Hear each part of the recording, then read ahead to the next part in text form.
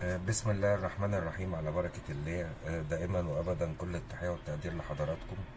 مشكلة كبيرة دلوقتي بنصادفها في موضوع تداول الدولار. يمكن ناس كتير عارفة إن أنا شغال في مجال السياحة، فالعملة الأساسية اللي احنا بنتداولها في المجال ده اللي هي الدولار تقريبا. الفترة الأخيرة دي بعد ارتفاعه بقى في تعنت شديد جدا في اللي بيستلموه، سواء في الفنادق أو في السبلايرز أو البنوك نفسها.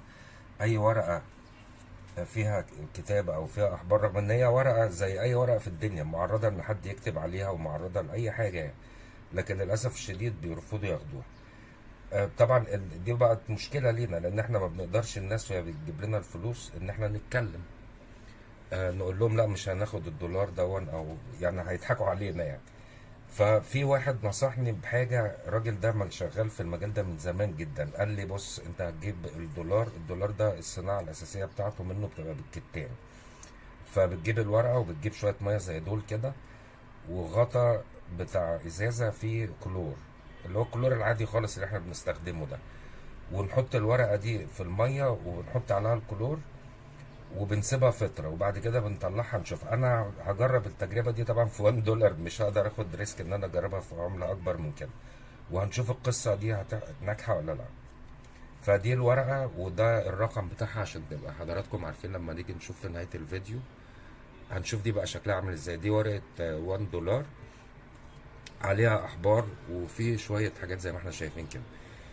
هنقول بسم الله الرحمن الرحيم. ادي الكلور،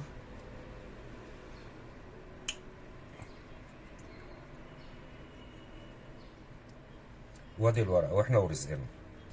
بسم الله الرحمن الرحيم.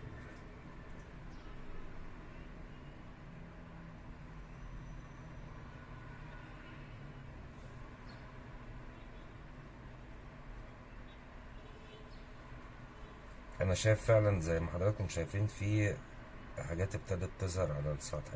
عامة هو قال لي هحطها فترة كده من الوقت في الكلور ده واغطسها، وهنشوفها بعد كده مع بعض التجربة دي هتنجح ولا لا. واضح كده ان باذن الله التجربه شكلها هتنجح. انا كده سبته حوالي ربع ساعه في الميه بالكلور. ده احنا شايفين دلوقتي الورقه طبعا هتخش في مرحله التنظيف والتجفيف كده. يعني الورقه ما راحتش، انا كنت متخيل ان هي الورقه دي هتروح في 60 داهيه، بس الحمد لله ما باظتش. ده نتيجه ان الورق ده، الورق بتاع العملات الورقيه ده بيبقى مصنوع من مواد وخامات، ولذلك بتلاقي ان هي ممكن تتغسل في الهدوم وتطلع عادي. لكن ان احنا نحطها بايدينا كده دي بصراحه كانت تجربه غريبه عليا يعني. دي الورقه شكلها نضف.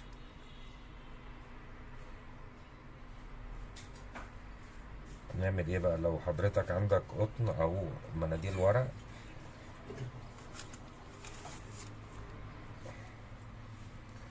بنبتدي نعدي عليها بحيث لو فيها. بسم الله ما شاء الله.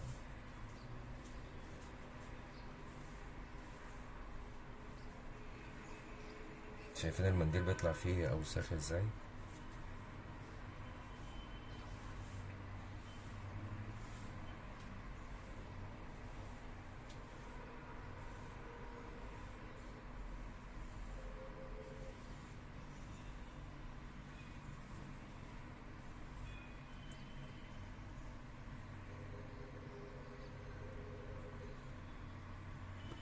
دي الناحيه التانية دي اللي كانت ضايعه خالص.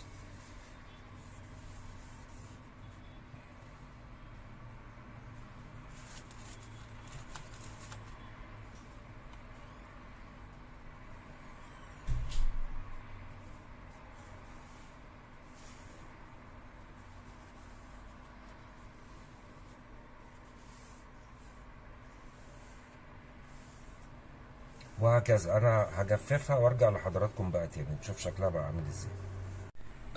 رجعت لحضراتكم تاني. انا كده الورقه نضفتها زي ما ما كنت بوري لحضراتكم بعد ما طلعناها من الميه اللي بكلور. قعدت حوالي ربع ساعه نشفتها. الورقه رجعت نظيفه تاني. طبعا انا كنت بختار 1 دولار فيه حروق، دي حروق مش احبار. مختار طبعا حاجه مفقود فيها الامل تماما يعني.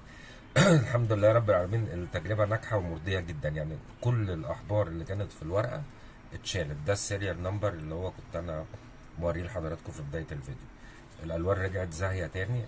الورقه يمكن حضراتكم سامعين الصوت بحاجه بصراحه ممتازه. انا ما اعرفش، انا جربت دي في الدولار دي، كان واحد صديق ليا ايطالي كان هو اللي قال لي على الفكره دي، فجربتها كده نجحت جدا يعني.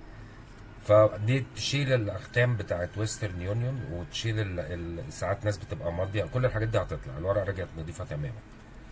يبقى كده جو اهيد وجمد قلبك وجرب، النتيجه بصراحه ممتازه. شكرا جزيلا لحضراتكم، ونتقابل ان شاء الله في فيديوهات تانية قريب باذن الله. سلام.